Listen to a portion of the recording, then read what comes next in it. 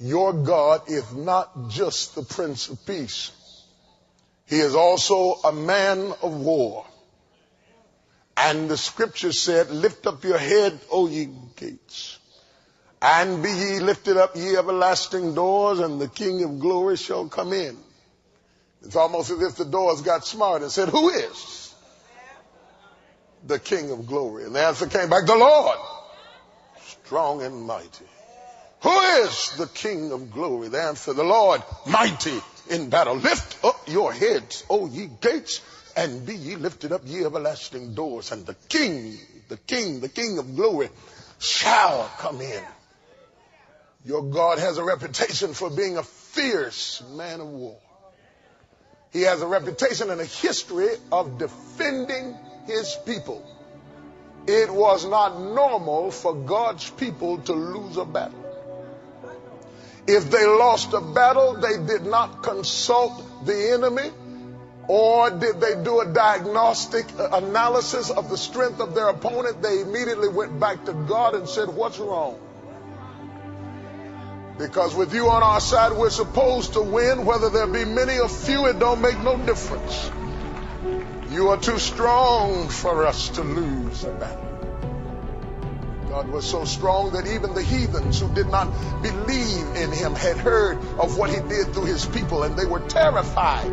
In Jericho, they were horrified over a group of farmers who had been traveling for 40 years in the heat of the battle, and yet they were terrified of farmers because little is much when God is behind you. Rahab the harlot let the word out the bag. She said, we heard of you and we heard of your God, and we trembled because of you. Because God had a reputation of fighting for his people. He said things like, the battle is not yours, but it's mine. He said things like, be still and know that I am God. He said things like, these enemies ye shall see no more. He said things like, no weapon formed against you shall be able to prosper. It was this truth that caused David to say, thy rod and thy staff, they comfort me. I'll walk out here with wolves and deal with sheep. I'll deal with lions and deal with bears and not be intimidated because I know you're with me. Paul says, put on the whole armor of God that you may be able to stand against the wiles of the devil. Having done all to stand therefore with your loins girded about with truth. Saints are not supposed to lose a battle. They're not supposed to lose.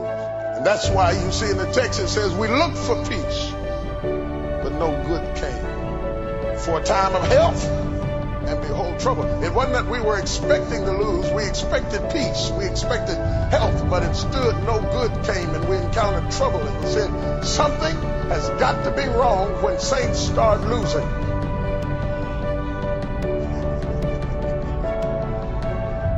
There is only one thing that would cause us to fail, and that's one, to be out of his will, or two, to be disobedient to something he's commanded us to do. Because whether you are fighting against Ai or Jericho, it makes no difference to God who the enemy is or how much it is you need or what you've got to fight. The battle still belongs to him. We've lost that seeking heart that we used to have that would make us seek God in the midst of crisis and say, what's wrong? We choose rather to sharpen our swords, bend our bows, and prepare our arrows if we could deliver ourselves.